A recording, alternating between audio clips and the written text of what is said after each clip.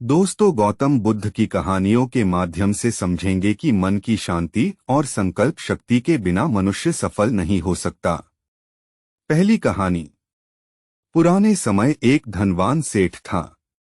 उसके पास सुख सुविधा की सभी चीजें थीं, घर परिवार में भी कोई परेशानी नहीं थी, लेकिन वह हमेशा अशांत रहता था। एक दिन वह अपने नगर से प्रसिद्ध के संत के पास गया। सेठ ने बुद्ध को अपनी समस्या बताई और कहा कि महाराज, मुझे कोई ऐसा उपाय बताइए जिससे मेरे मन को शांति मिले। सेठ की बात सुनते ही बुद्ध वहां से उठे और आश्रम के बाहर के आ गए। सेठ भी बुद्ध पीछे पीछे चल दिया। बाहर आकर बुद्ध ने कुछ लकड़ियां उठाई और एक जगह पर उन लकड़ियों को जला दिया। बुद्ध थोड़ी थोड़ी देर में आग में एक एक लकड़ी डाल रहे थे। सेठ ये सब देख रहा था। कुछ ही देर में आग बहुत तेज हो गई। इसके बाद बुद्ध वहां से उठे और आश्रम में अपनी जगह पर आकर बैठ गए। पीछे पीछे सेठ भी आ गया। सेठ ने बुद्ध से फिर कहा कि महाराज, मेरी समस्या का कोई हल बताएं। बुद्ध ने कहा कि सेठ जी, मैंने अपनी आपकी ही समस्या का हल बताया है, लेकिन आप समझे नहीं। सेठ को आश्चर्य हुआ। उसने कहा कि मैं कुछ समझा नहीं। बुद्ध ने कहा कि सेठ जी, हर व्यक्ति के अंदर एक आग होती है। अगर हम इस आग में प्रेम की आहुति डालेंगे तो हमारे मन को शांति मिलेगी, मन प्रसन्न रहेगा। जो लोग इस आग में क्रोध, लालच, मोह की लकड़ियां डालते हैं, वे हमेशा अशांत रहते हैं। इन बुरी आदतों की लकड़ियों से मन की अशांति बढ़ती है। अगर तुम शांति चाहते हो तो तुम्हें बुरी आदतों को छोड़ना पड़ेगा और सभी से निस्वार्थ प्रेम करना होगा। तभी मन की शांति मिलेगी। कथा की सीख। इस कथा की सीख यही है कि जब हम अपनी बुराइयों का त्याग नहीं करेंगे, तब तक मन शांत नहीं होगा। क्रोध और लालच की वजह से मन में इधर उधर के व्यर्थ विचार चलते रहते हैं। इनसे बचना चाहिए, तभी अशांति दूर हो सकती है।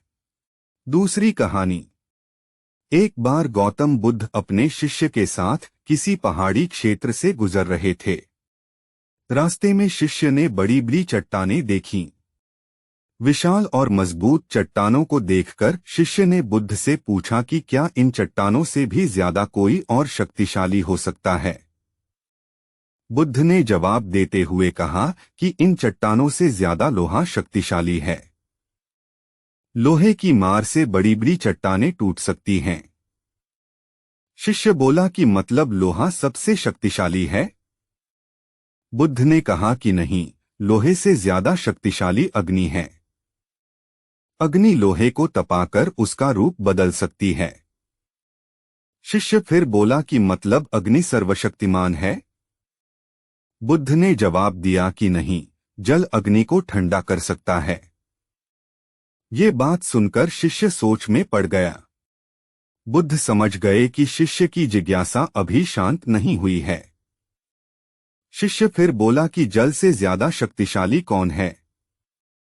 बुद्ध ने कहा कि वायु जल की दिशा बदल सकती है, लेकिन वायु भी सबसे ज्यादा शक्तिशाली नहीं है।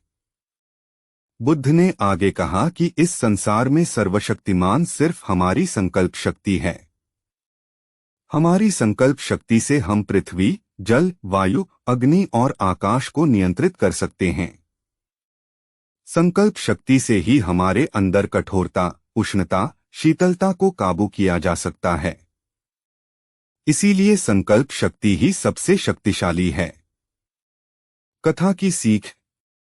इस कथा की सीख यह है कि अगर हम सफलता के साथ उन्नति पाना चाहते हैं तो इसके लिए हमें हमारी संकल्प शक्ति को मजबूत करना होगा। किसी काम के लिए संकल्प करें तो उसे पूरा करने तक आराम नहीं करना चाहिए। नमो बुद्धाय।